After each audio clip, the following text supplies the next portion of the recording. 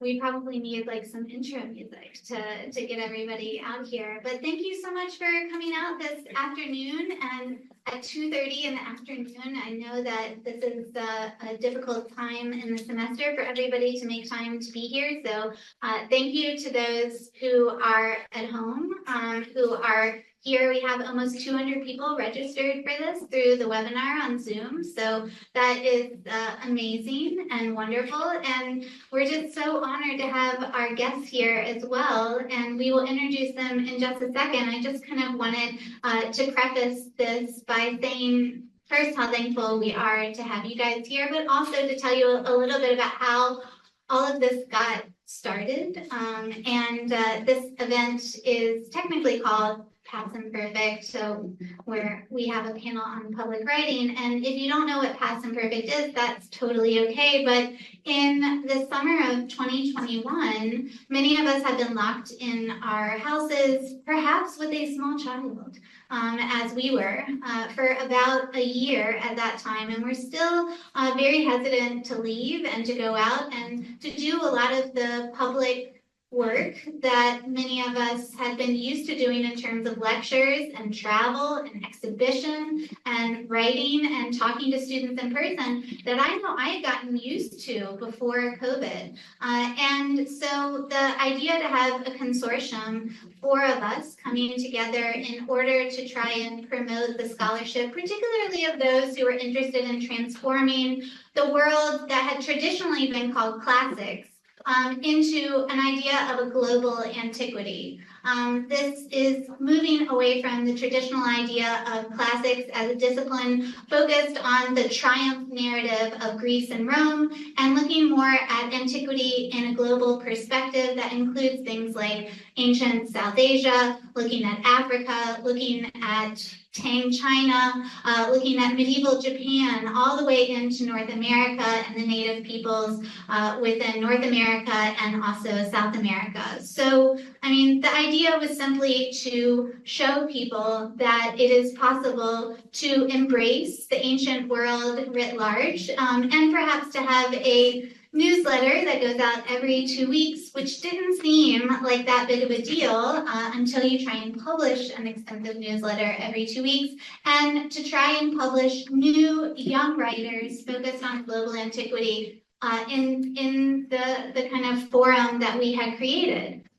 So Stephanie is one of the co-founders, along with Nandini Tandy, who is on the webinar, and she is at Johns Hopkins University, and then Joel Christensen, who is now a big fancy provost at Brandeis. So the 4 of us came together and wanted to publish, edit, and support young writers who cared about the ancient world, but wanted to try and put it into conversation with the modern world.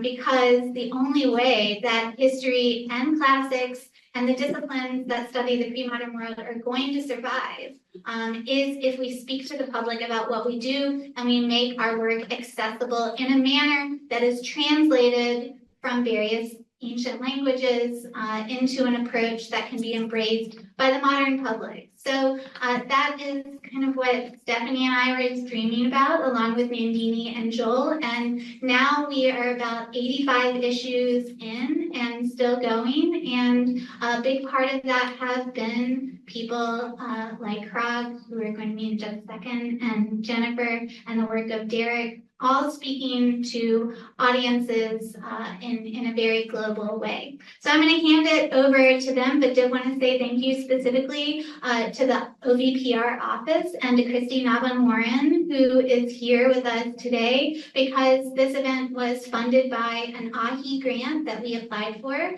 and was so amazingly facilitated by Lauren Lessing, who is the director of the Stanley Museum of Art, and allowed us to be here today. So I think that our passion for public scholarship, I hope that you pick up on it, but the people that have really shown me how to move forward in this public discipline, that's who we invited first to our first panel, are the people that really have forged the path that now we're walking on. So I'll hand things over to Derek. Thank you so much, Sarah. Thank you everyone for joining us today. I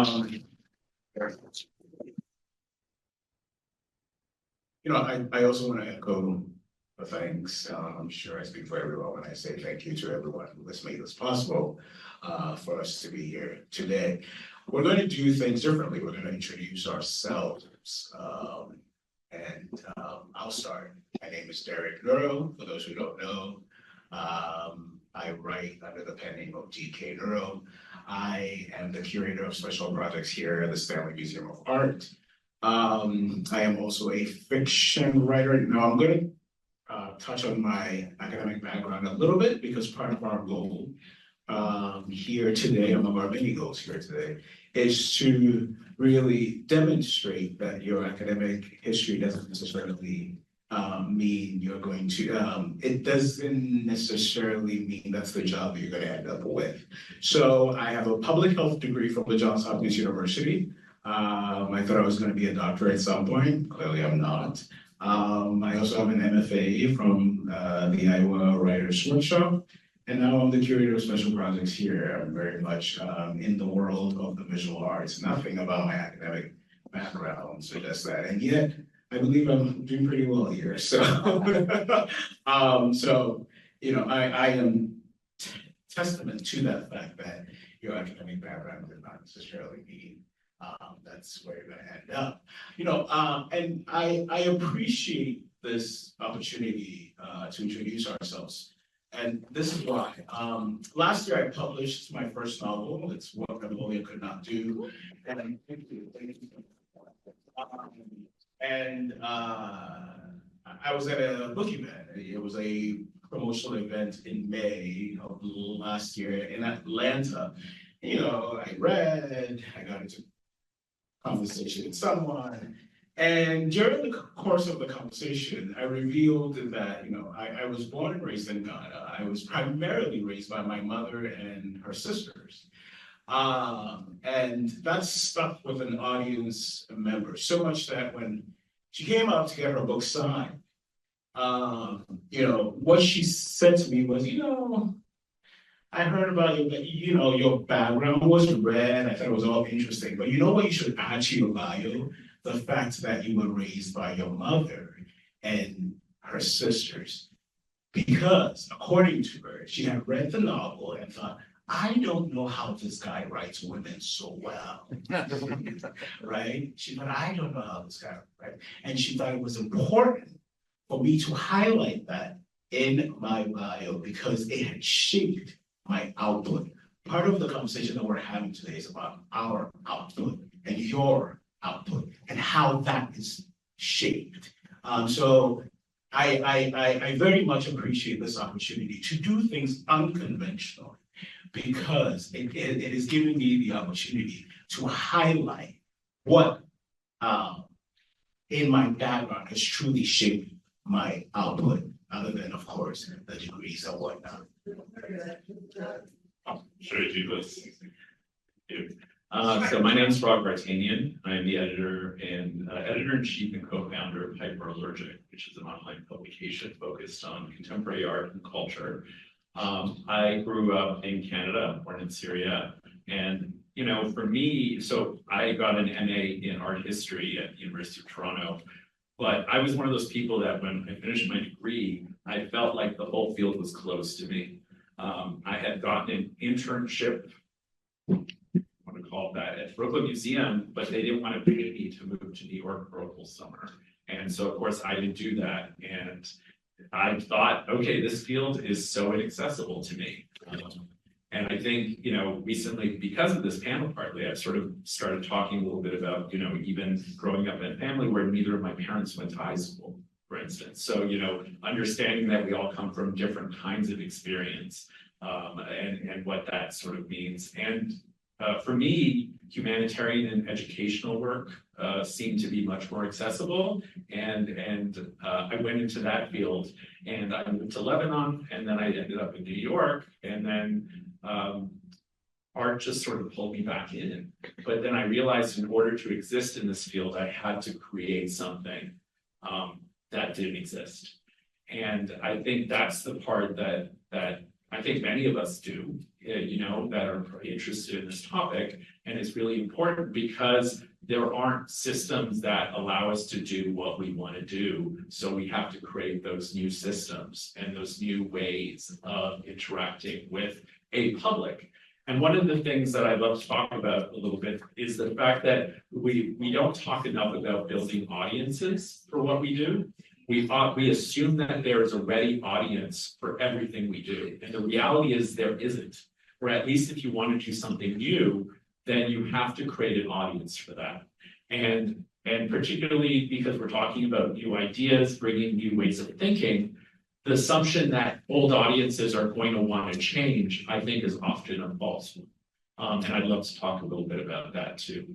And speaking of educations, my husband, who's the publisher, Beacon, he's actually has an MD and an engineering degree, but for some reason, he's the publisher of our publication. So talking about the way we sort of find our own directions. Hi, everybody. Thank you so much for the folks who were able to come in person and for those people who are online. Hello, we see you. And thank you to Sarah and to the team here for organizing this great event. I was talking with my partner last night. She was like, what are you talking about tomorrow? And I said, oh, I'm on a panel about public writing. And she was like, isn't most writing public? And I was like, you're so right. So we're here to talk a little bit about that today. I'm a writer, I'm an editor. I co-founded Past Imperfect with Sarah and the team, as Sarah mentioned. I am also a historian. Imminently, in 2 months, I will defend my dissertation at Brown University. It's gonna happen. I'm waiting for it to happen. And I'm really excited to talk about that too, you know, what it's like writing as a graduate student and finding my voice as a non-academic writer as well. I run the newsletter along with Sarah, but I also really like writing essays and one-off op-eds, which I've done a bit of. I'm currently at work on a manuscript for a collection of personal essays about Asian American suburbs. So happy to talk about any and all of that today. Welcome your questions. Thanks again for coming. Hi, so to echo what everyone has said, thank you, Sarah and staff here at the museum for bringing us here. I was in the workshop and it's been about 20 years since I've been back. And I loved Iowa City. It was a really special time in my life, and you just sort of assume you're going to be back every 2 years or something. And then about 20 years have gone by and it didn't happen. So I'm so grateful for the chance to be back here. So my current role, I am an editor in Yale Press. I have been there about 17 years and I publish in the humanities with a focus on mostly religion and literature. Not always the intersection of the two, sometimes the intersection, sometimes separately. I had never really had a plan to end up in publishing. If anything, it was not something that appealed to me. When I was studying, when I was kind of earlier in my career, I was an English major who really, for whatever reason, didn't really have a career plan. I think they used to be maybe more tenable back when I was studying, that there were enough jobs ultimately that something would work out. And at the time it did, I got a first job in at a literary agency, which I had never heard of a literary agency, and was kind of thrown into a world of celebrity authors and you know, a lot of screaming and phones being slammed down and girls in pearls running down hallways and people screaming for Diet Coke, and it was really very eye-opening. And I knew I didn't want to stay in that kind of corner of the industry at the time. I thought this is what publishing is. And kind of fled back to grad school, came out here and did my MFA in poetry. And shockingly, when I graduated, I needed a job again. And went back into publishing work briefly for a company called Continuum, which is now owned by Bloomsbury. They were UK based and was doing a marketing job. So just kind of picked up marketing skills. And then had a chance to work with an editor from Harvard University Press, who was based in New York and was working on their trade books.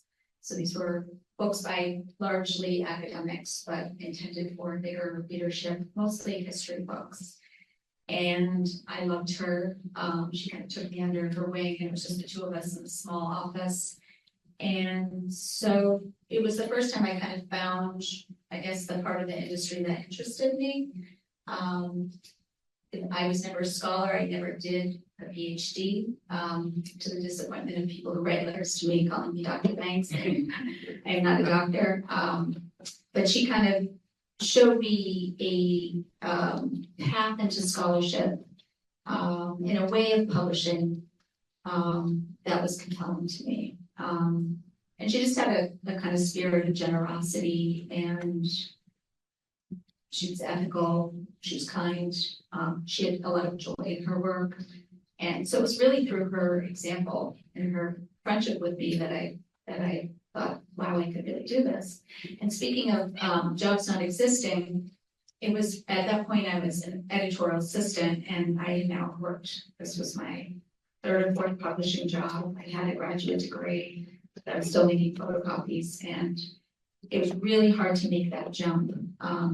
Within Harvard, they weren't promoting people to be assistant editors, so I was aware of an opening at Yale. Someone was leaving, actually had to go to Harvard, and I just approached them, made a pitch for a list that didn't quite exist, but I thought they could build, based on folks that I knew from their plus just as a reader. And at first, I think they didn't take me too seriously, but the months went by, they maybe didn't find the person they were looking for. But I think I also ended up being in the right place at the right time. They ultimately found my proposal compelling, for a number of different reasons, partly about just an acquisition that they were considering at the time. And so it worked out. It took a while, but I got the job, and just slowly over 17 years I built out a list and published about 300 books by other people. And then I had my first book last year. It took me a while. Certainly don't recommend necessarily writing a book and publishing at the same time. It can be done, but it's quite challenging. And so that was a bit of an education. You know, I truly believe that every editor should publish their own book and kind of see that experience from the author's perspective, but also for the window that gives you into things like seeing a different side of publicity, doing podcasts, writing for the public. I learned a lot in the process of doing that. Thank you. You know, I found out earlier, just a few minutes ago, that Hrag is from Canada. And when we sat down, I told them, you know, and I know this is probably going to be told, some people shiver, and I told them I'm going to begin by quoting David Brooks, who's from Canada. And is, you know, he has his issues, but he recently published what I found to be a curious opinion piece in the New York Times. It's titled "How Cultural Shift Favors Harris," obviously Kamala Harris, and it ended this way: "There is a rhythm to cultural change, with periods of public turmoil giving way to periods when people want to turn inward. World War I gave way to the carefree hedonism of the flowers during the 1920s. World War II gave way to the domesticity of the 1950s.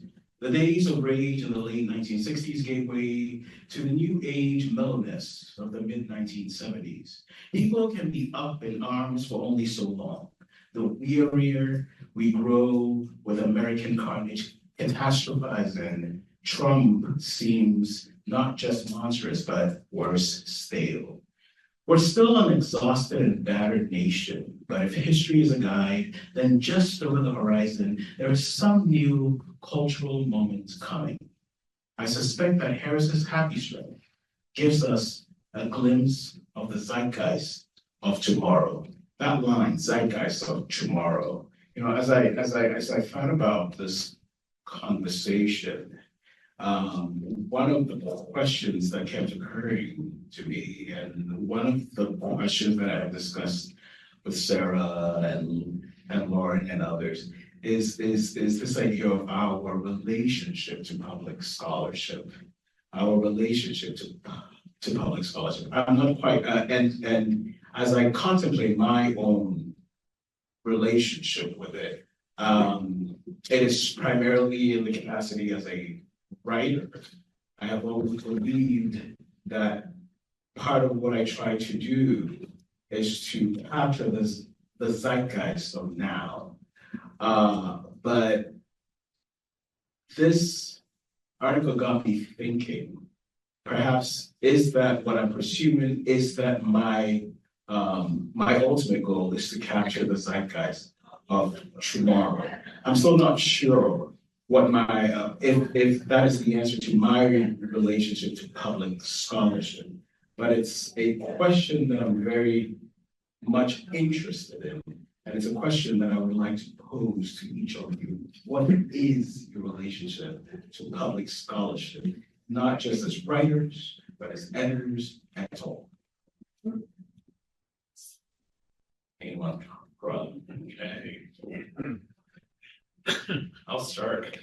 I think for me, public scholarship represents a lot of opportunities to listen to the public and not just talk to a public. And I think the best public scholarship allows people to sort of test ideas and then take input from that interaction and then find ways to perhaps shift or understand something they may not understand. And I think that is for me when it is most successful. Because I think when somebody is just sort of speaking on a soapbox to a group, that's not really that interesting. And I think at the end of the day, it's not really creating any type of change. Because the idea that anyone could know it all, first of all, is the most unattractive thing in general. But I think the public will be able to give input based on their own lived experiences, their own educations, their own sort of ways of being in the world, and then put it a little bit to a test. And in that way, then you're building something together. And I think the key is that public scholarship has that public aspect or that public input as well. And I think that's really undesirable in the field often, where everyone wants to claim everything, claim ideas, claim origins for things, these types of things. And what if we let go of that anxiety and said, well, actually, it is a communal effort at the end of the day. I think my relationship to public scholarship really emerged as an answer to the way I had been trained as an academic. I went straight to graduate school from undergrad, and when I entered into that milieu, I was like, oh, if I want to be considered serious, like as a scholar, as someone who really knows her stuff, then I have to behave in a certain way. And that persona that I had to develop really didn't feel like me, and also crucially didn't really feel like my friends who I like talking to about books and movies and, you know, like going to the museum and seeing what was there. I think there's a certain level of like prestige involved in word scholarship. And I'm not really interested in that. I think, you know, I feel like I am hard pressed to like conjure that persona often, like as the years go by post pandemic, like I just don't have that filter anymore to be like, I know my stuff, like I can perform expertise. And if you want that information, you have to come to me. So like my whole view of public scholarship really has to do with the fact like, hey, like how can I bring my friends in, you know, to speak with them? How can I learn from them? Can we crack a few jokes and like, can we find out what's like eccentric and quirky and strange about what we like thinking about and what we like talking about? And so that philosophy, that reaction to private scholarship or just scholarship has formed me completely as a writer and a thinker. So I'll confess that just as a publisher, I think of all scholarship as public, at least in terms of the scholarship that I'm responsible for.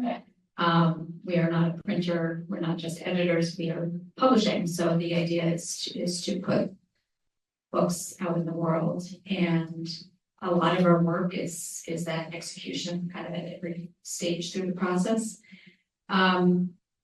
So I tend to think of all scholarship that's being published as public. I guess there are bigger publics for some books than others. And, you know, I will confess that I wrestle a lot with this idea of audience and building an audience and knowing your audience. And so, you know, this is something that writers are often told to know your audience.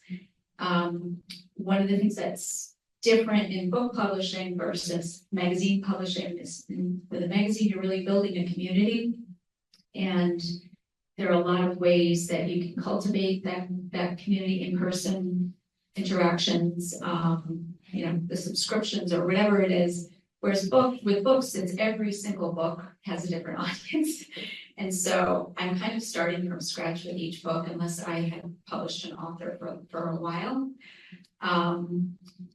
So there are some books where I have a good sense of what the public is, what the market niche, or, you know, what sort of readers are going to be reading this book. You know, that can get kind of lazy because you don't feel like you have to necessarily work for that audience. Whereas when you are really on your toes, I'm not sure who's gonna show up for this. It's all, you're kind of hoping, and it's a risk. It feels like each time it's a risk. But it's interesting, and it allows us to have books that perform very differently. And this is one of the things we can do as a university press, although we're also a university press that's not supported by the university. So all of our revenue comes, we're supported by our book revenue and like a tiny endowment that covers maybe 10% of our costs. So I do want to just touch on the point you made about just the zeitgeist and the moment, and, you know, is public scholarship kind of speaking to a public that's just waiting there, eager and ready for the message that you're you know, delivering to them. Book publishing is unique in the sense that the gestation period is so long. So if I sign up a book today, there's a very good chance that it's not going to be out for 5 years.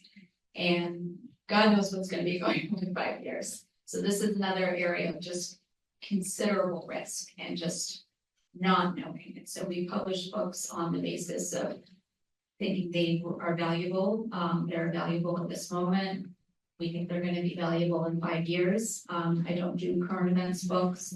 I don't tend to follow trends like this is what everyone's talking about right now. That's usually when I don't want to publish something anymore, because I know that by the time I have it out, it will be over and the market will be saturated with books on that topic already.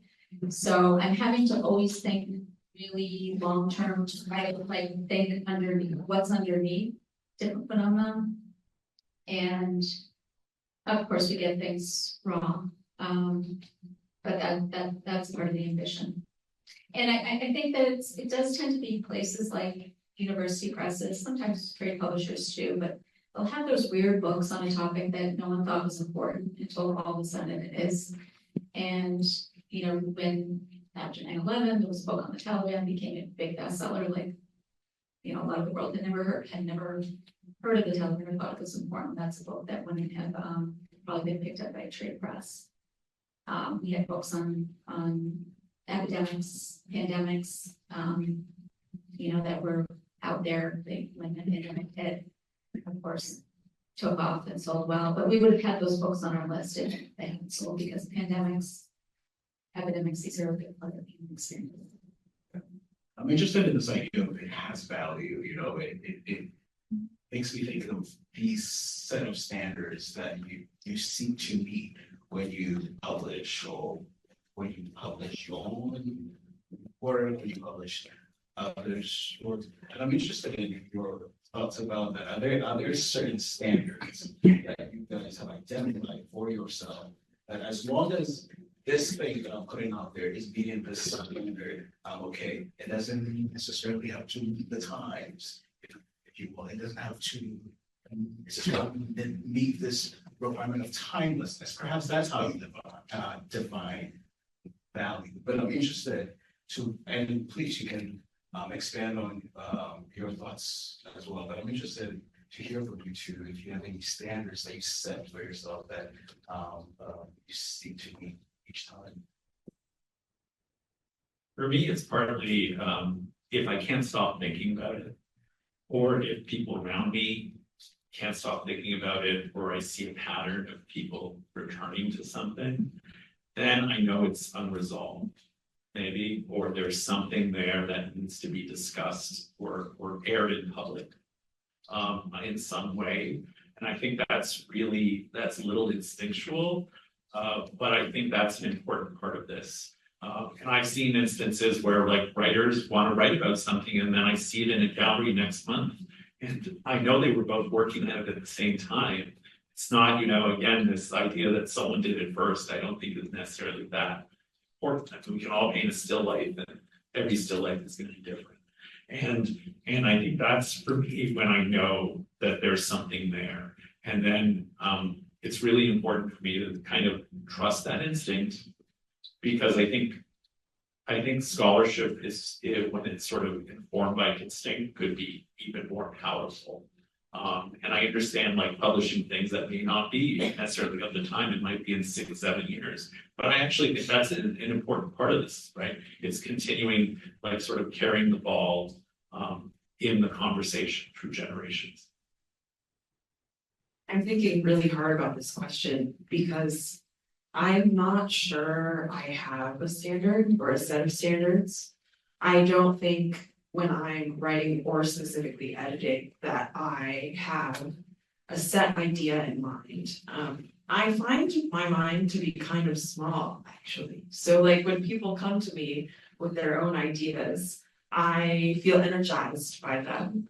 I think if it were up to me, if it were up to what I wanted to edit all the time or what I wanted to put out there, it would be pretty boring. And I don't know if many people would want to read it, So I guess I should answer as an editor and as a reader myself, like I'm really not looking for anything specific. I mean, we can talk certainly about, I think we're going to talk a little bit about pitching and the pitching process later on in our conversation. And I'm more than happy to get granular with that. But as for like, I wake up, I'm like, what's on my rubric? And there's nothing on the rubric. That is what I can tell you. Yeah, and again, I'm kind of in a slightly different situation in the sense that I'm not the editor-in-chief and the founder of the organization I work for. And so I'm working with other people's standards too. So there's my standards. I'm also, I have to get things through our editorial group.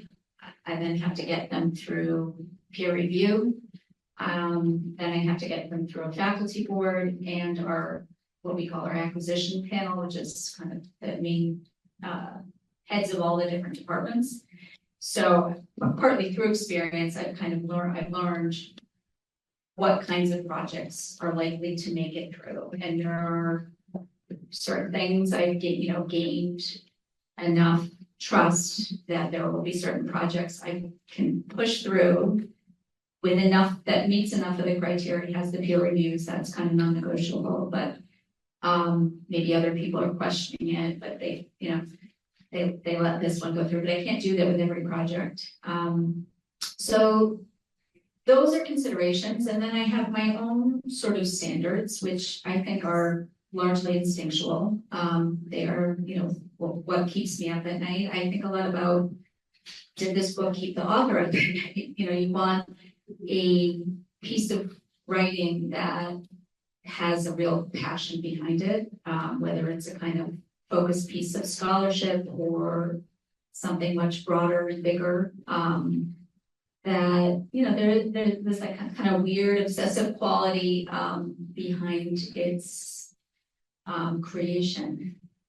And, you know, not the books that are someone's writing just to get tenure. I can sniff those out usually, and that tends to be something that instantly makes me not interested. Not because I don't want to support people's careers, but just because my job is to connect books and authors with readers, and there needs to be that kind of creative drive behind a project to come through and communicate to readers. Another big piece of it is just timing, and this is something I can't emphasize enough. You know, a lot of it is the moment where something lands in my inbox and what I'm looking for in that moment. Maybe I've already signed a project on this topic. Maybe I've been getting too many submissions and I'm starting to get, you know, less interested in an area. Maybe I'm explicitly trying to build an area, so I'm kind of on the lookout.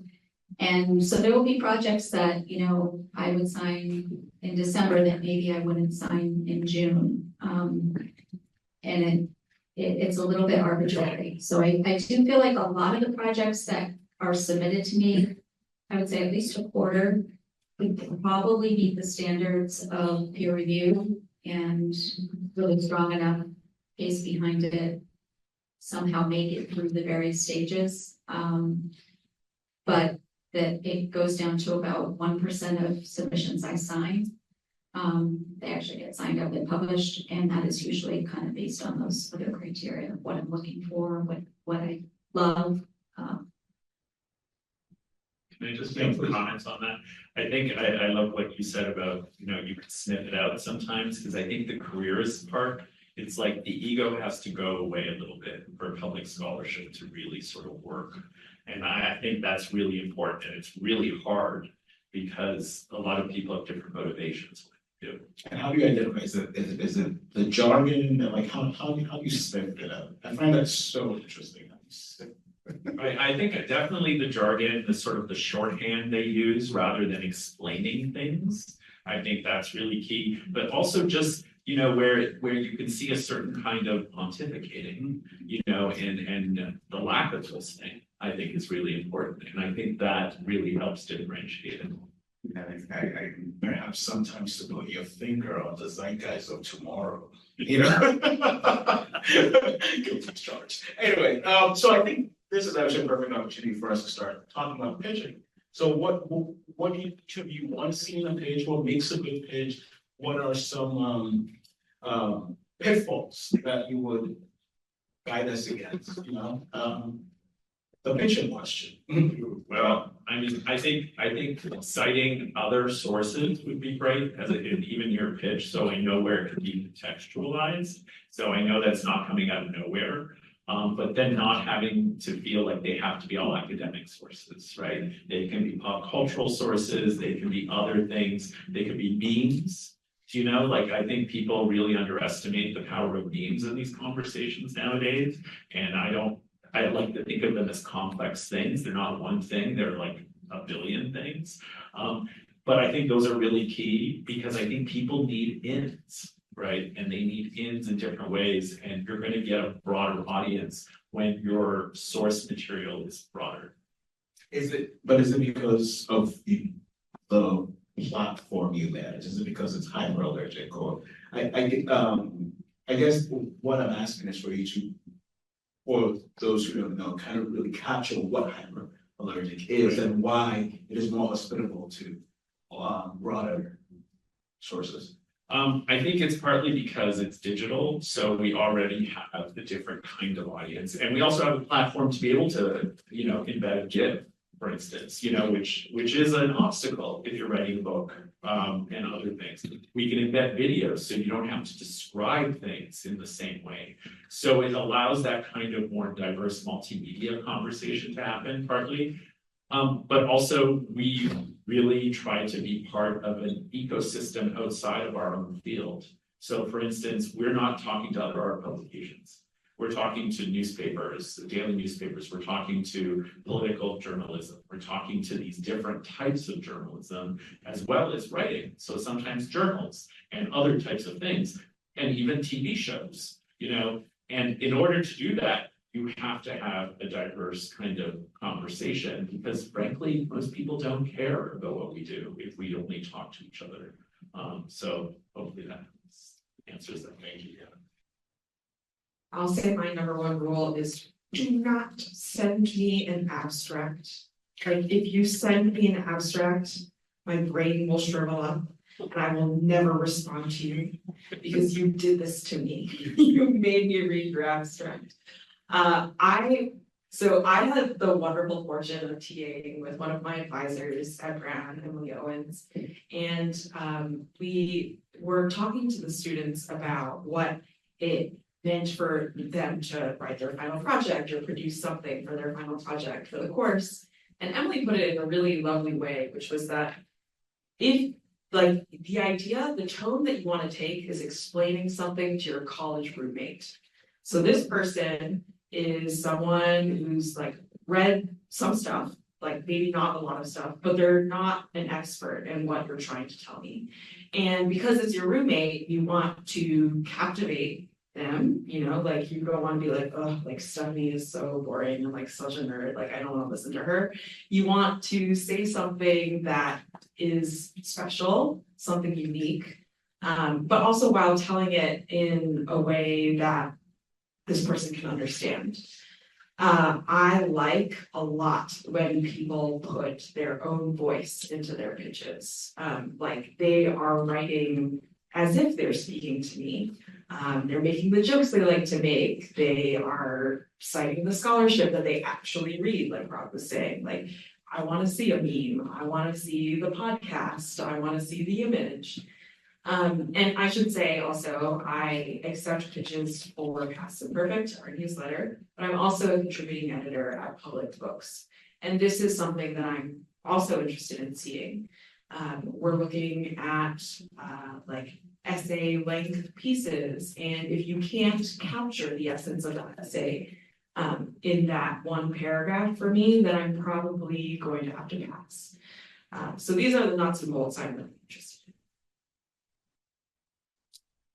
Yeah, I mean, I get pitches in all shapes and sizes, and I do pursue things that, you know, there's not one mold, but I'll give you a kind of maybe what I would say would be an ideal pitch and proposal presentation, just to give you some sense and know that this isn't like real, you don't have to be too literal. And all editors are different. Like I'm gonna say something probably different, certainly different than a magazine, but also other university presses. So I like a nice email that comes in. I do sign up mostly pitches that come through email. It's not like, you know, people I met at a party. I think sometimes people think it's all who you know, when most of the authors I sign up I've never met before.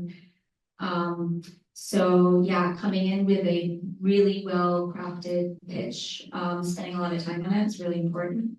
I like in the body of the email, you know, spend 3 or 4 paragraphs, tell me about the project. Because I am not signing a ton right now and I have a very full list, everything that comes in, I'm sort of halfway to rejecting. I hate to say it, but it's just sort of where I am right now. And so if it's not there right in the body of the email, and I have to go to an attachment to find out what the project's about, I'm already kind of getting, you know, I haven't been snagged yet. So yeah, telling, you know, starting with a kind of overall pitch, just about what the project is, a little time on your bio, who you are, why you're the person to write this. And then having a proposal attached. I love a proposal of maybe about 15 pages. I want something that is I can sink my teeth into. We also, one of our first steps is if I get approval, I will send it out for review. So ideally it's more than a couple of pages. This will be something we might send out to peer reviewers. You don't need to send a full manuscript. Sometimes that can be a little overwhelming. And I get like the 600-page manuscript or something I wasn't expecting. But a proposal that reads a little bit like an introduction.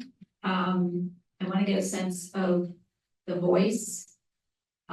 Certainly the writing style. This goes back to standards. Just the style of the pitch and the writing are hugely important. I've had projects where I, have to edit line by line by line by line, and that's usually kind of a problem. If what you're looking for is voice, which doesn't mean, authors won't need to be edited. But to really kind of work on the craft, the style of presentation, the scope and aim, and why the project matters. Give us a sense of why this is important, what sort of work you're trying to do in the world. An annotated table of contents is very important for me to see how the book is going to be laid out, and this can change. But just to get a sense of the structure, the architecture, that gives me a way to kind of wrap my head around what the project's going to be. And then some information on like comparable books is always really helpful. I'm not an expert in really any of the areas I publish in, so I'm trying to understand, like, this sounds wonderful, but are there already 20 books on this? And so when someone takes time to kind of lay out what the market is, what else is out there, that's really helpful for me to see in a pitch, and why your book is different than them. I think those are the main pieces. A resume attached is usually good too. You mentioned why you are the right person to write this, and Hrag also mentioned ego. I think we're in a time where everybody, and I think it's a good thing, we are empowered to know that we have a voice. I have particularly observed this in my students. I'm always so encouraged by that. But just because you have a voice doesn't mean you should use it in this particular way. I think ego comes in a lot with a lot of people. So I guess my question is, how would you advise us who pitch you? What kinds of questions would you say we should ask ourselves to determine if we indeed are the right people to speak on this topic? Just because I can tweet about it doesn't mean I should feel empowered to write 500 plus words on it. Yeah, no, just to respond to that directly, I probably have the opposite problem that maybe some online editors would have, where usually a lot of the people submitting to me have the content and they have the expertise and they've done the research, and often what is missing is the presentation and some of the voice. I don't get a lot of just voice-driven projects. I think there's a lot out there in the trade market. There's a lot online that is just, voice, but maybe someone hasn't really done the research. So yes, I think your point is well taken. But on my side, it's a little bit less of an issue. Well, first of all, I guess I do work with a full-time team of 7 editors. So it is a kind of a group project in that way. And there's definitely things we publish that I wouldn't necessarily want to publish necessarily, but other editors are sort of passionate about. So it is a team effort in that way. So it isn't just me sort of saying, I like this, I like that. So sometimes they do come with research, and you really need to just work with them and figure out how it is presented. But also you have to say, okay, well, maybe you should just focus on this one thing. And I think there's editing in the idea process that never sort of gets seen, where you have to be like, hey, that's really great. Maybe you should work on a book, or something else. But that's not really going to work here, because we also have to think about how ideas transmit nowadays. And they, I think sometimes we try to make each piece feel like it's a standalone piece. And it's sort of the be all and end all, and that's how change happens in the world. And that's just not how change happens in the world. You know, you gotta hit it sort of many different ways and different angles and different sensibilities and different presentations. So I think that part of the editing process people just don't see, and that can be a hit to someone's ego. When you say, well, that's not that interesting, you know, it's like that could be interesting to you and your friends, but I think it's kind of boring. And my biggest issue sometimes is dealing with grad students who've never heard that before, where you'll be like, okay, that's great. I'm glad your professor worked with you on that. But here in the real world, that's really boring. And I don't really want to publish that. And they don't want to hear that. And then I get people on Twitter yelling at me or something, and you know, about these types of things. So that's where the ego thing comes in too. And it just be like, sorry, I get to decide because I've actually built something, you know, and a reputation and all these, and a readership and audience and all these things, and I get to decide. Sorry. Well, speaking of decisions, I feel like I really understand that point of view of those grad students that you're talking about. Because sometimes I can be that grad student and I have friends who are that grad student. Sarah and I the other day were talking about trust. And I am the sort of writer who, when I'm working with an editor, I'm like, take it away from me. Like, I know you're gonna make it better, so like do whatever you want. But a lot of people, understandably, are not like that. So in terms of the ego question, I would encourage everybody to go into the editing process, trusting your editor. I know everybody is different, working with different editors, different. But sometimes when your editor is like, hey, Stephanie, that's an inside thought. Like, don't put that on paper, but maybe talk about this instead. You know, that makes it much easier to like work with and listen to. I think that, you know, especially when it comes from someone who's training to be an academic, you know, like someone who is working towards that like giant 600-page tome that they're the expert of, like it is so easy to feel fragile about that. And I encourage everybody, stop being a wimp.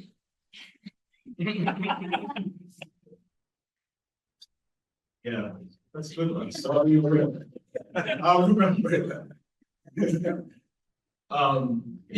You know, yes, I am a fiction writer, but yeah, I hope to be, you know, convincingly identified as a cultural critic, public intellectual, and what has allowed me to begin on that path really has been open access publishing. You know, platforms like LitHub, et al. You know, so I would like to talk about what public open access publishing has done for us.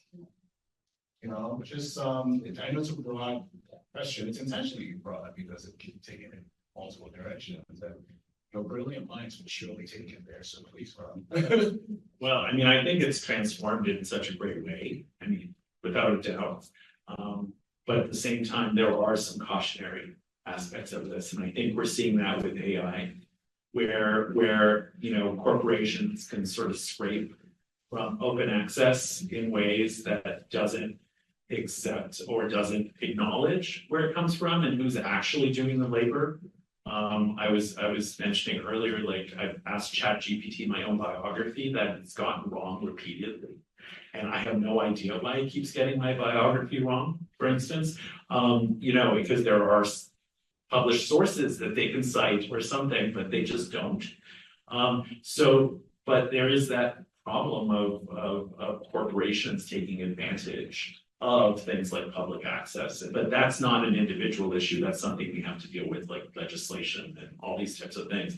But I think undoubtedly, in my opinion, it has really, open access has really allowed us to have conversations we couldn't have before, because that book is inaccessible or in a library that you won't see otherwise, or you can't find that footnote, or you know, being able to Google things. is just a game changer.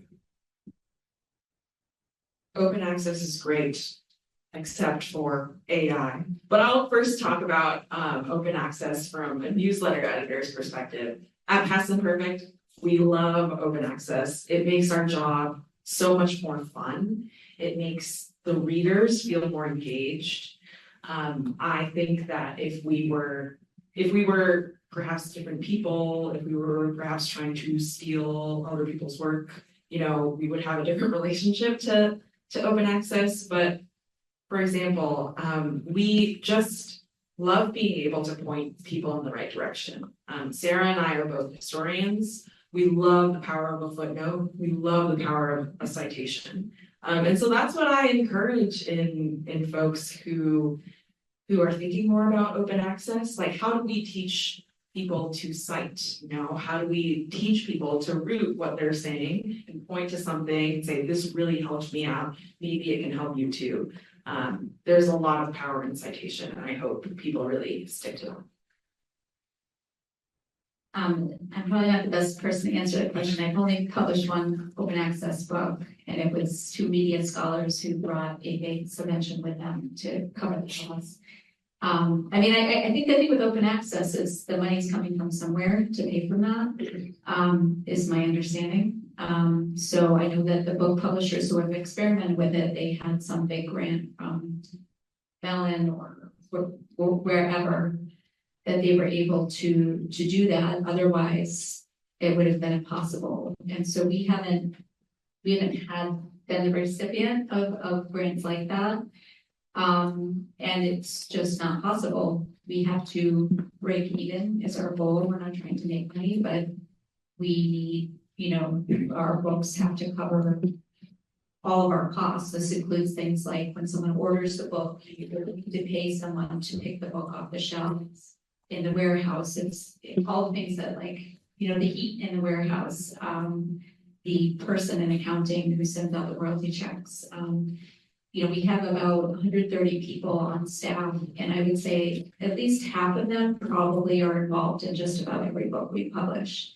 So it's a very labor-intensive process, book publishing, and we couldn't do it without revenue coming in. I think that as a consumer, I like the idea of open access. It sounds great. With those, caveats that you mentioned, just in terms of if there are no guardrails, is that content just freely available? Then who can be using it? I think there are now new things to consider about that. But the other thing I'll say is that I haven't minded not receiving money from outside sources to do the publishing that I want to do. I found it in a way kind of clarifying and liberating that, nobody can really tell us what to do, is one piece of it. In terms of if you're getting money, there are usually some sort of limits on it. And there's also clarity in the market of people wanting to actually shell out $20 for a book. There's something about that that's a commitment, that I'm going to do that because I actually intend to read it and to read all of it. We hope that I don't think it's necessarily a bad thing. So, and I think you've all touched on it. The argument for open access is the way as democratize access to all sorts of things, especially to people that otherwise would not have access to it. That is really a social justice conversation. And I'm interested in how social justice, the idea of social writ large, plays in your editing, in your writing, in your thinking, and it's an especially pertinent question for us here at this institution, because we are an institution in the state of Iowa, and I don't need to beat a dead horse, but there are all kinds of obstacles in our way if we want to engage with social justice and for ideals or advocating for that or how our work embody that in any way. So I'd just love to hear your thoughts on how social justice plays in. Whoa, okay. And please, you know, we're all friends here, right? It is being recorded though. Yeah, I see it's all we're not allowed to say. Which we don't know. Yeah. Which we could all guess. Those words, right? You know, for me, it's been so sort of central to what I do in general and the kind of work I find interesting and I engage with. And it's partly because of life experience, it's partly because of the sort of the worlds I live in, the worlds I sort of, you know, the new worlds I want to create. Because we're also creating new worlds with all our work in different ways. And you know, again, that's a collective, it's not an individual act, in my opinion. So social justice, I think, gives us a framework to sort of work together and understand that there is a socialized aspect to knowledge building and socialized aspect to the way we interact with each other and what gets banned and why and the systemic issues in why certain things are negated or frustrated, or why certain people face certain obstacles. And so in a way, I think social justice is just a language that we're learning to use in order to be able to speak to one another. And I think that scares people because it is like learning a new language. And some people want to speak the old language. And I just think that's really, I think that's the part where, you know, I mean, we're in a country where most people speak one language. And, you know, and they don't understand the ability to be bilingual or trilingual and the fluency that comes. And just the fact that your thoughts shift a little bit and the types of conversations you have may shift. And so how can we help people to learn that? And maybe we're not very good at teaching that language, do you know, because we feel like it's imposed from other people, and we have to be open to having different forms of teaching around that. And in that way, I think social media has done a great job.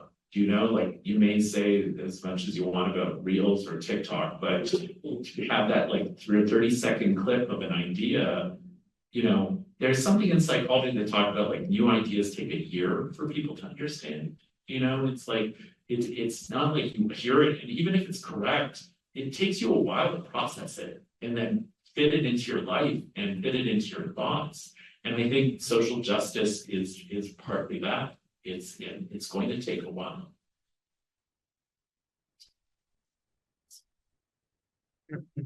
But I mean, I think as publisher, and we publish globally, so we have an office in the UK, and then we have a lot of work that's gone into publishing across the world in English in all different territories. So, you know, I have to think of, you know, being a publisher for the world, not being just a US-based publisher. And so constantly kind of questioning how we do things and the degree to which it's responding to the world that's out there, or the degree to which it's just a product of our own illusions here. So I think there's just a lot of self-questioning and a lot of looking constantly, you know, how am I doing? What am I doing? And, you know, things can get skewed very quickly, and there are all these different levels in which, you know, I'm trying to think of what I haven't done. You know, it can be gender, it can be race, it can be religion, you know, which traditions haven't I published on? Or maybe I've been publishing on those traditions, but not by people who are practitioners in them. Maybe I've been publishing lots of books on Asia, but they're by Americans. So there's a geographic component of it. Even things like time period, you know, why are we focusing on certain time periods, certain disciplines? So these are like just constantly every day waking up and thinking, why am I doing what I'm doing? What am I not doing? What am I not seeing? What have I not done enough of? And then we've done a lot institutionally just to think about those questions, you know, beyond an editorial perspective. So, you know, who are we partnering with in terms of vendors?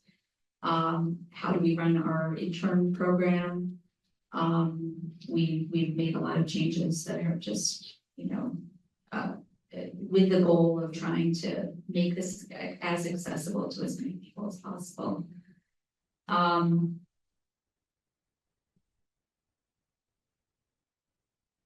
Working with libraries, working with, yeah, I don't think it's open access, but we have made certain partnerships with libraries. That the content is available through them. So some of that accessibility. Yeah, I mean, staff across all of our areas who are hiring, who are not hiring, looking at that. So I think just being willing to know that the world is changing constantly, and being willing to change along with it. And also have what you do in your identity and your, you know, you can't do everything, but to do that within a framework of understanding that you want to reflect a world in its diversity, rather than your kind of myopic version of it. I appreciate this question, and I've been thinking very hard about it. I think when I began writing and publishing my work and editing the work of others, I was coming at it with a very hard perspective. Like pointy, you know, like this is what I think, like this is what these people think, and I want them to share their voice. My perspective has changed somewhat. I feel softer. I feel like I want to be capacious.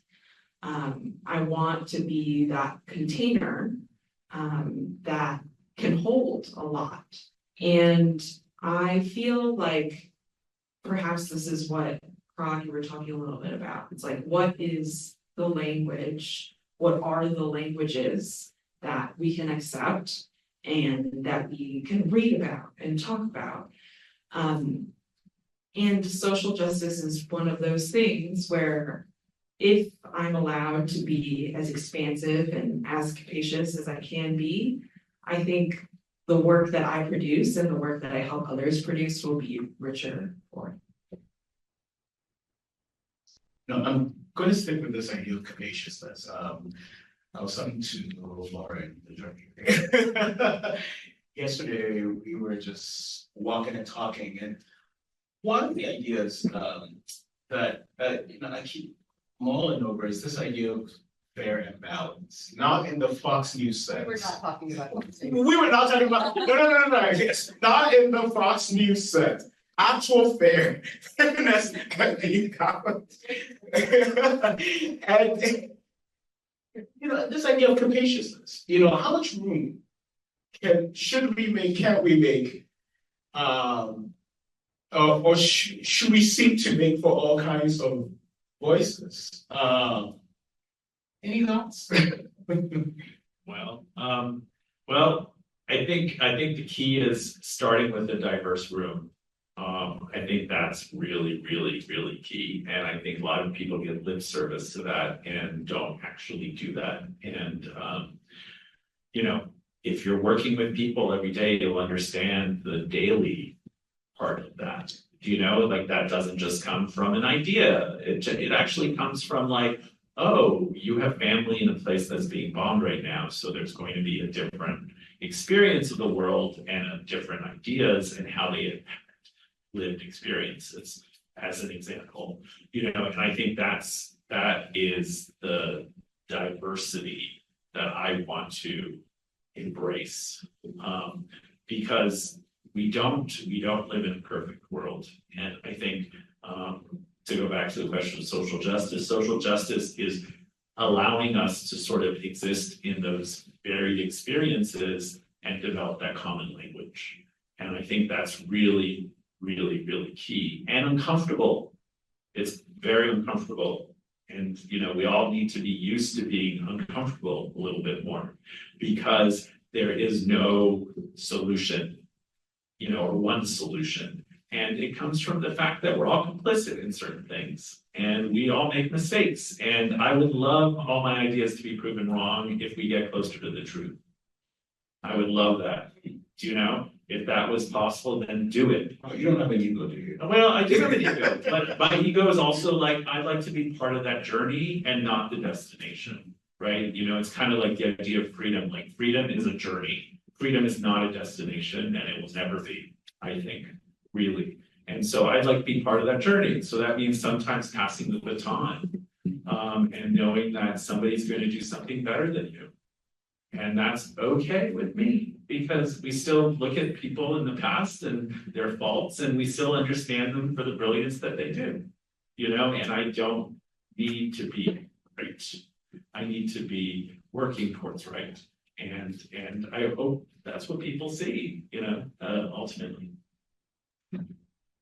Patience. Yeah, I mean, I purposefully want and cultivate a list that has different perspectives. You know, we're big enough, I think, being tied to the university. We're not supposed to represent one thing in particular. People tell me that my list has a kind of flavor. I think that's kind of inevitable. But yeah, I mean, you don't want to publish the same book over and over again. So I have had books that I didn't agree with.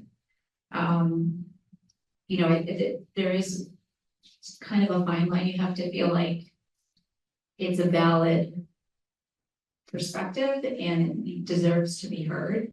So I wouldn't publish something that I just didn't think had a point to make that we should spend time investing in it and listening to it. So there is a kind of personal judgment call that's made. But yeah, I definitely publish books that I don't agree with. So I think that's part of it is kind of having a sense of a chorus as a list. I think of like, this is a chorus, a kind of cacophonous chorus. I'll start with an example that happened to me very recently. I'm from the Midwest. I'm originally from the Chicago area. I live in Ann Arbor, Michigan now. And when people come from the Midwest, I'm like immediately hackles are raised. So last week I was telling some friends that I was coming to Iowa City to talk with you all. And so many people were like, why? And once my rancor had subsided, I was like, well, why not? And I don't know if people often have the answer to the why not question. I think I don't have the answer to the why not question often. And so when I'm confronted, when I'm trying to be capacious, I'm trying to be open, and all of a sudden I feel my guard go up, I really, really try every time to ask myself, why not? Why? You know, how can we make this better? Why don't I understand it? Why might other people not understand it? And you know, part of that is realizing that I have my own prejudices, just as many people do, especially the folks who are talking about fair and balanced dialogue. And that I can also afford to ask myself these questions, and I can ask them of my peers. You know, I have two more questions, but they're so conclusive. So I'm going to open it up. You know, I'm going to open it up to Q&A. And then I'm sure either I get a chance to ask them or somebody is going to take that baton. See how I did that? The baton's there. Anyway, so Q&A, anybody have a question? I will come up to you with the mic.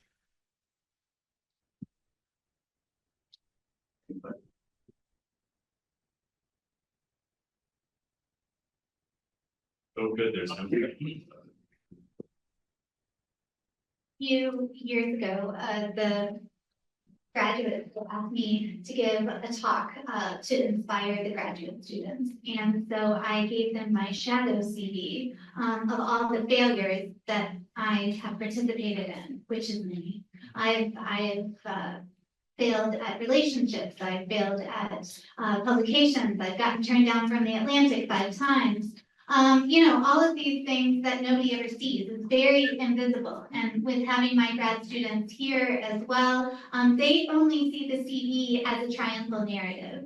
And I guess I'm going to ask you guys a little bit about your shadow CV, and if you could share that with us, because I think it's great to celebrate the wins, and we have to give ourselves kudos, but it's also really important for those in the room who have not reached your level to know about your failures and what you learned from them and kind of what you gained from just falling on your ass a little bit. Derek, I want to hear from you too. I always count the no's, because the no's are what tell me that I keep trying. So every time I'm, and I have to tell you, like, I've heard no so many times that every time I open my inbox, I'm like, let's go, we're gonna hear a no from everybody. And that's usually how it goes. Like, I will say that sometimes, like, the work is in just opening those emails and being like, okay, on to the next. And I like that idea of the shadow CV, Sarah, because like it really shows you the work that you put into yourself, the work that you put into your own work. And knowing that, like, you're gonna get up tomorrow and you can keep doing what you're doing, and that's right, because it's for you. Well, I mean, God, the failures are so many. I've somehow failed at learning Italian and French properly, even though I've done it for so long. That's a failure, and I own it, and it's fine. I can still kind of read it, it's fine, but like, that's a failure. I feel like enacting the change I wanted to in the sort of humanitarian educational work, I feel like I was working in a community where I was the only queer person. And is that a banned word? I don't know. Is that a banned word here? I mean, I hope yes, so, yeah. I don't know. But I felt like, that was really hard and really gutting, to not being able to sort of feel like you could be in a room with people that kind of get it, and after a decade you have to give up. And not to that people have not done their own work and it's kind of gone, but that was an example of, like, I just felt really crushed that I was not able to do the change I wanted to. It was really my mission in doing some of that work.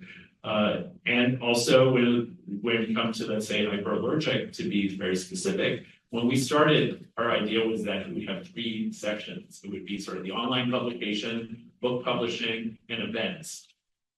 We looked into the book publishing, we realized it was just not economically feasible for what we do with art because of image permissions and all these things. It's insane how much these things cost. And it was just like, this is not going to be practical. We did events, we had 800 people paid for tickets, and we still couldn't even break even. In New York City, as an example, that was crushing. That was a lot of effort that we wasted in that. And then we decided, okay, finally the publication was working in the way we did it. And that was great, that was a success. But as you hear, 2 of those were failures. And that was the original idea, was that 3-pronged approach. And we had to adapt. And that was a huge failure. I mean, I can keep going, but I won't. Yeah, I'll confess that every day I feel like I'm failing. I think this is partly because of specific failures, but also I think for many of us, we just have, so many expectations. We have such large workloads that in a way we actually are failing. We're not doing everything we're supposed to. We're never really succeeding the ways we're supposed to. So I fail every day in terms of like my to-do list, definitely. I didn't get my own book out for much longer than I ever imagined it would take. I graduated and a lot of my peers went off and quickly publishing books, and it took me forever. So that for a long time felt like a failure. I came around to not feeling that way, partly because publishing so many other books, you realize it's not a big deal, it's just a book. I have the books that I publish, they need to pay for my colleagues' salaries. And if I make an investment in a book, it needs to kind of work out. And if it doesn't perform the way I said it was going to, that can be a problem. Of course, it's not all my fault, but almost no books perform the way we hope they will, like the ways the authors hope, the ways that the publisher hopes. There's actually very few books that really break through. Most just kind of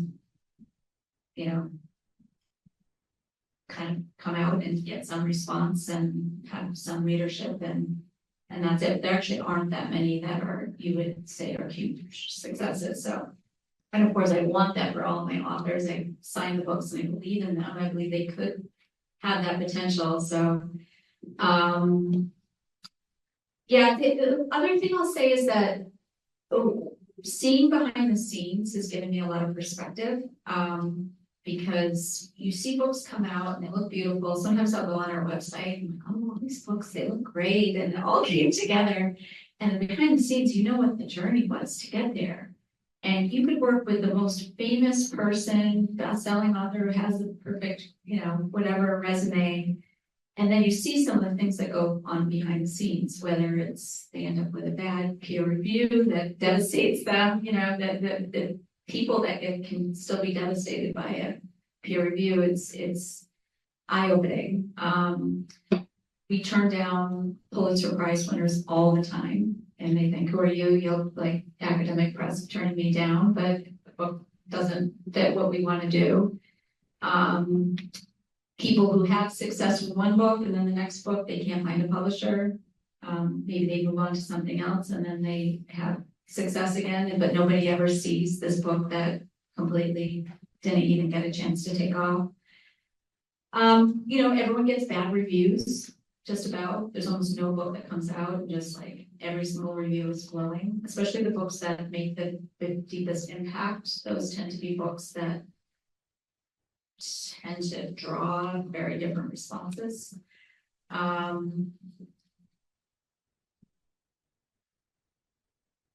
Yeah, and I think that, the way I think of publishing now is that it's still being done by humans. And so there's just that human error element to it where everyone's trying to do their best, but it's still just like full of unknowns and full of just upset expectations. I hope we don't end on that note. Can we hear Shadow? Yes, mine.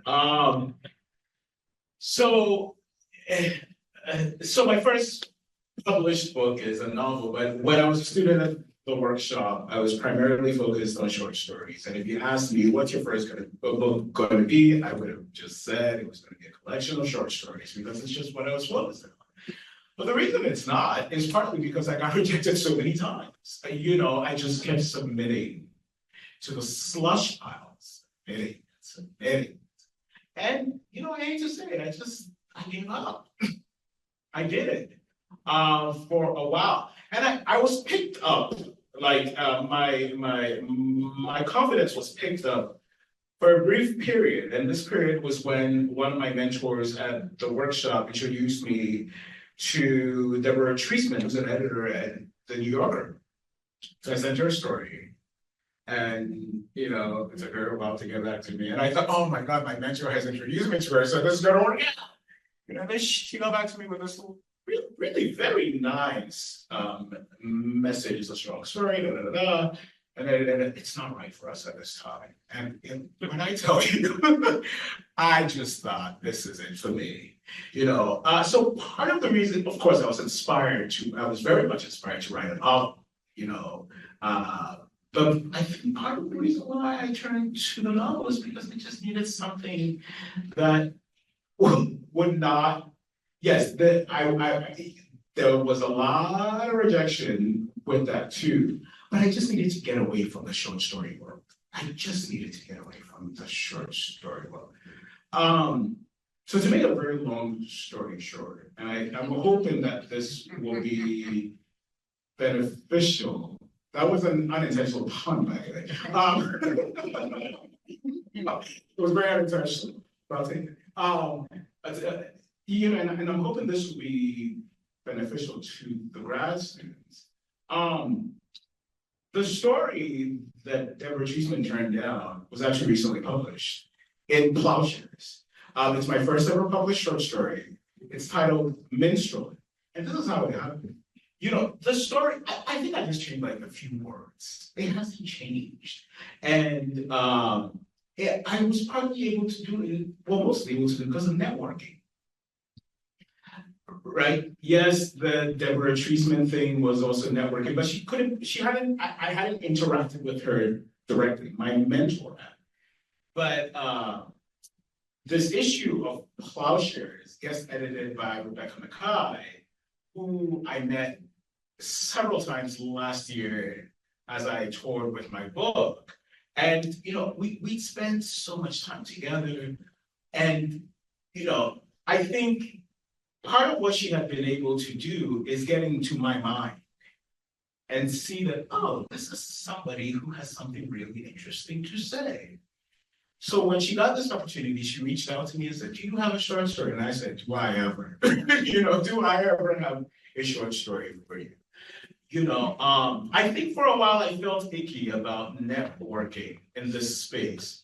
I didn't feel icky about it before I came here because I worked in all kinds of fields, including business consulting, where it's like networking du jour. So I did but when I came here, I was like, it's about the art. I am not going to network. I would let my art speak. It is an industry. This is an industry. It is a publishing industry, and I forgot that.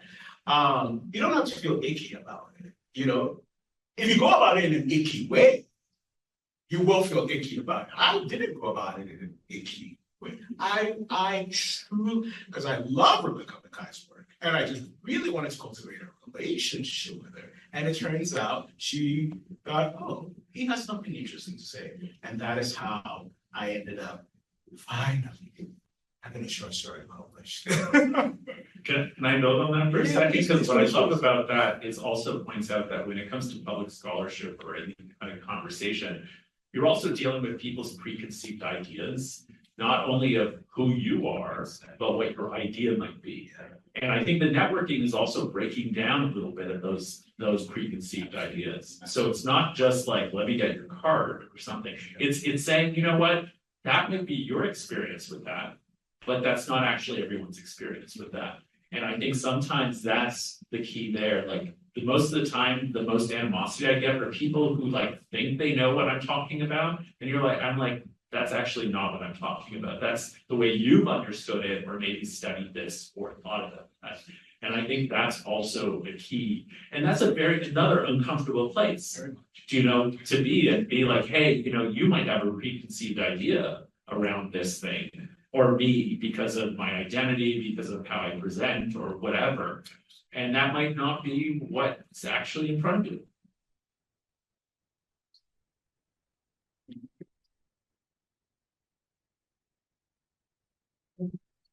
Anyone wants to ask a question? My name is Miriam Peri. I'm also a historian. There's there's discomfort, and then there is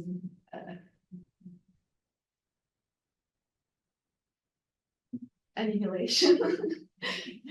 I don't know how to ask my question, but what the ideas that come to my mind is that we are in a climate of very high hostility that is institutional and cultural, where we operate and work in institutions, academic institutions that do not really protect us. Actually, there's no legal framework to protecting scholars when scholars are gaslighted, for instance. Minute thing that I set up. And as a historian of the Middle East, who has friends who are historians of the Middle East and who are all right now, living in a quite odd moments. Many of us would like to speak out, but there's a danger to speaking out and to be part of that public platform.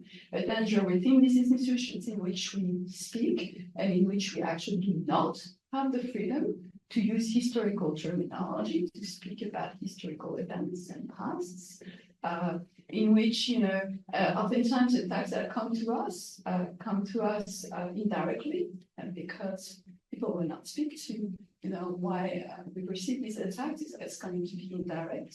And many of us have suffered from it in one way or another.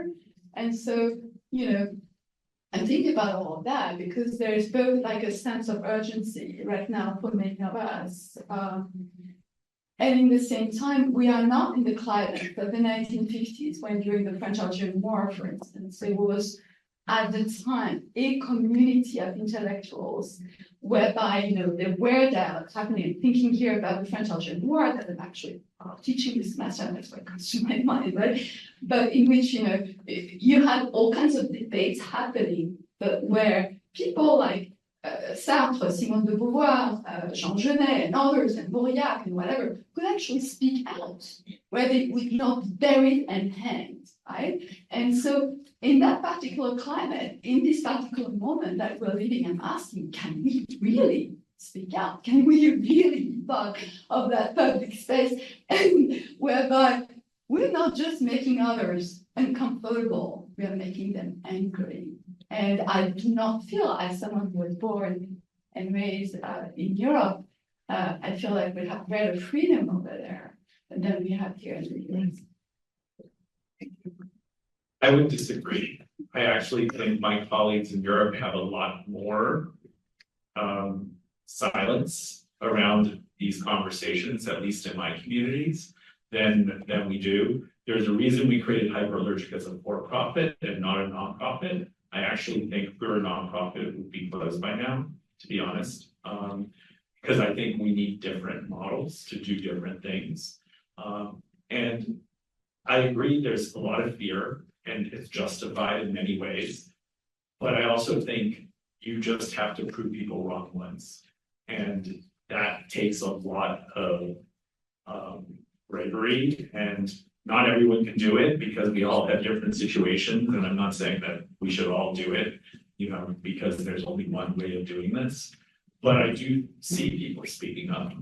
But I also think we have to also understand that the systems we create, we can't expect the old systems to do something new. And that's why we were always creating new things. So, part of me, when I heard you were rejected at the Atlantic, I was like, good, because I don't think the Atlantic deserves you. They don't deserve your idea. So maybe it's another venue that can create a new conversation. So I think we also have to do that. I mean, I can go on forever about the New York Times being something I haven't read for a few years, because and honestly, it didn't stop me from doing my job well. And that's kind of amazing because I think there is an anxiety thinking you have to read it because there's no other way. And the truth is you don't. And I do think we have to have these kinds of uncomfortable conversations too, and be like, well, actually, no, I don't need to do that. And I'm still a well-informed person who can have conversations about a lot of topics. So I understand where the anxiety and that fear comes from. I also think that there is a community of people. We're just still building that community. And it is another uncomfortable place. So I apologize for disagreeing with that, but I also understand where it comes from, and I'm so happy you asked it. But it's not just discomfort. I'm speaking about people like a very close colleague of mine who's receiving every day hate mail. Me too. Threats, right? Me too. So it's not just discomfort. Absolutely, I get it. I get death threats, and I've been publicly whatever. And I also separate where I socialize from where I work. That helps, and I get them too, and everyone on my team gets them, and we have for years, and it happens here and there. And I hate to say it, but you learn when a death threat is a death threat. You know, when they're doxing your address, when they're doing, you know, and it's like, it sounds so awful to say that, but there are different levels, and because of the internet, you understand there are levels of identifying that. And it's taking a course sometimes in cybersecurity and understanding that there are certain things you should do to protect yourself.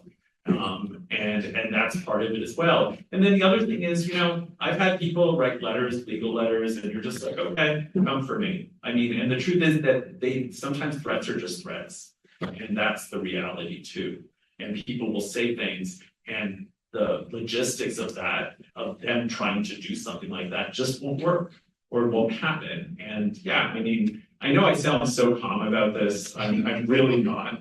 But I also do think that you have to sort of overcome the fact and the fiction, because I think that's what fear does. It feeds both into and make them into one thing. And you have to parse those, and you have to decide when it is, well, okay. And let me tell you, I've had so many threats that are just at this point, I compare them and go, wow, that's kind of interesting. I hadn't seen that one before. Do you know? And I hate to say it, but that's just the way it is, you know. And you know, people will threaten you for a lot of things. Are they real? Sometimes they are, sometimes they're not. Well, I mean, I think it's terrible that this is the environment we're all working in. I think we're in this kind of toxic moment. And I get my share of death threats and hate mail, and it's at my authors, you know, when I talk to them, I have authors who don't like to leave their houses anymore, which I think is terrible. I have authors who thrive in the climate, and they're just ready to go out there every day and duke it out. And I think it's important to remember that public scholarship does not mean that you have to show up in every public forum, that you are somehow, you know, that you have to do that. And you can pick and choose. I have a book that's just come out that's created huge furor, and we're getting all kinds of hate mail, and we knew this was coming, and the book is selling tremendously well, but the authors are not on social media. They will not be on social media. They are picking their events very, very carefully. So what they did is they wrote a very accessible book, beautifully written, that was on a very important topic. And so it's kind of all in the book, and that's the public part of it, is the publishing the book. And then they're doing, you know, a few events, but I think it's important to know that there's still a place for that. The public part can be publishing the article or publishing the book, and maybe not going on all the podcasts or showing up in front of every audience. And I think we have to come back to our kind of our own constitutions and, you know, the ways that we keep ourselves sane, because I think that just putting yourself constantly into environments that just wear you down and is demoralizing, and no one should really have to do that. Yeah, thank you so much for your question. Thank you for asking that question, because I consider that question a lot when I'm reading my peers' writing. I think for me, it is very difficult to put my faith and trust into an academic institution to protect me, because it has never protected me. What has protected me is my community. Sometimes they're in-person friends, sometimes they're mentors, sometimes they're communities on social media. But these are folks who I am very cognizant to curate. And I think Jennifer is right. Like, you have to take responsibility in some cases. How much can you take? You know, like, what is in your environment that you can control? And how can you make sure that you feel safe? You know, if this is a question of safety, like, I urge folks to take the steps that they need in order to feel safe. Period.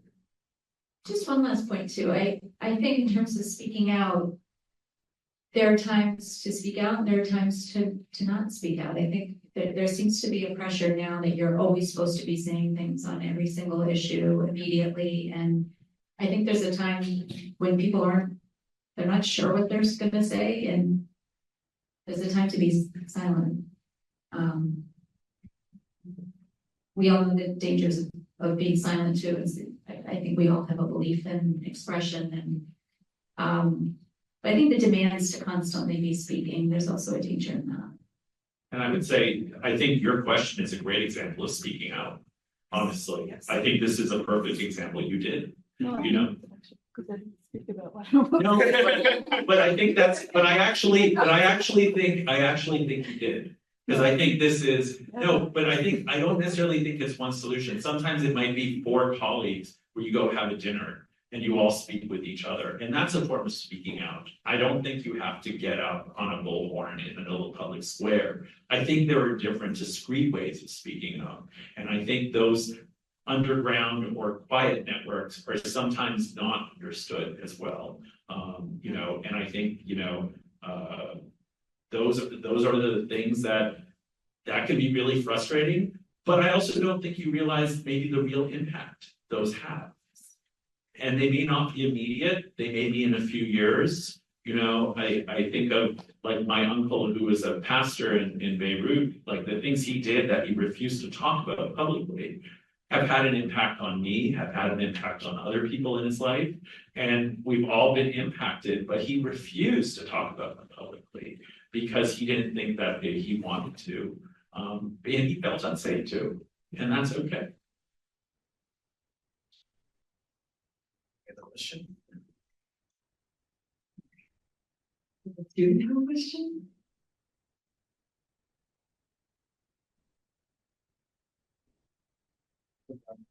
Or I guess, you're not the university, but not on this level.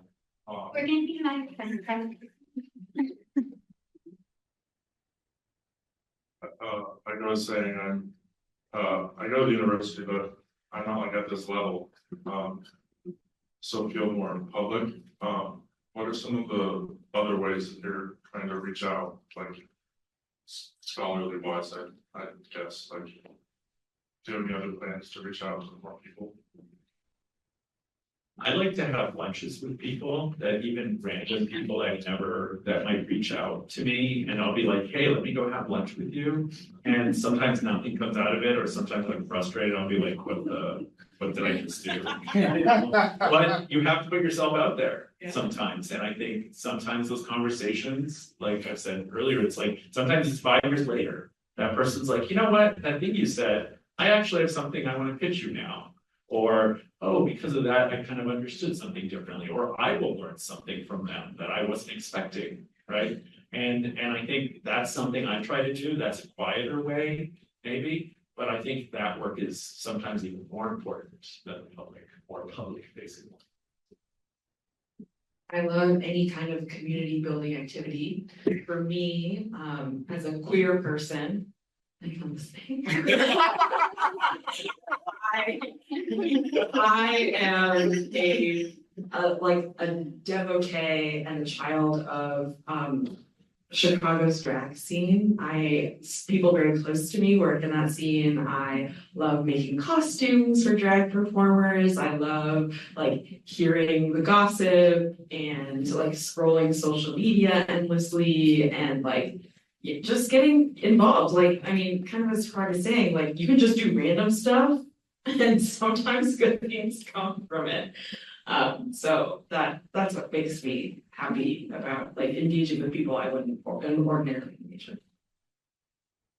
Yeah, I mean, we're, as a publisher, I'm constantly trying to get my books connecting with readers who, you know, haven't found books published by us before, or readers of, you know, some authors I'm on a 6th book with, and I think to expand their readership with a given book is like the most exciting thing.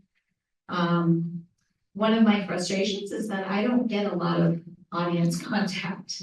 You know, we see the reviews that get published, we know which accounts purchase copies. But I don't get, other than, Amazon reviews or whatever, I don't always get to really see, the end goal, which is the book in the reader's hands and hear from the readers.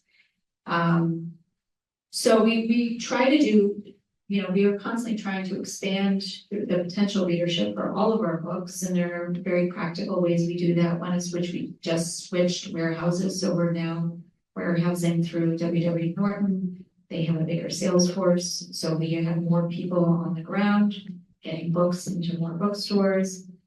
The hope is that there will be those chance encounters of someone picking something up. We do a lot of work on discoverability online for each book, trying to strategize, how is someone going to even find this book online? Going into review places that we haven't worked with before, I'm constantly kind of seeing what are the new publications that are springing up, what are the new kind of micro communities that you can see, gathering in different spaces, and trying to kind of track those and connect books with them. So it's kind of overwhelming. But the hope is that, we can find people. I miss not having a community, and as a book publisher, we don't really have that sense of we're just gonna grow this one audience and they're gonna be interested in most of what we do. It doesn't work that way. Any other questions? I think that the museum closes in about 13 minutes, but I did want to give people a chance to meet with the speakers and moderator and talk to them, not necessarily pitch your book yet. Hold tight to that idea. But I did want people to just mingle together and have a little community before we go. So perhaps that's the best way to bring some of the thoughts that you guys, that community is what sustains us and allows us to speak, but also gives us strength. So maybe we can do a little of that now, and hopefully if you would like to, I'm just gonna do one last plug that the last part of this event is at Prairie Lights at 7 o'clock. You do not have to come, but we would love to have you to talk about Jennifer's book, which is Natality, and it's in paperback now. I just went old school with the hardback, but she's going to be in conversation with Christopher Merrill. And we're going to talk about some amazing literature and pivot from editing to writing. So if you feel like meeting us at Prairie Lights at 7 o'clock, we will be there. Okay, but please circulate, and thank you so much.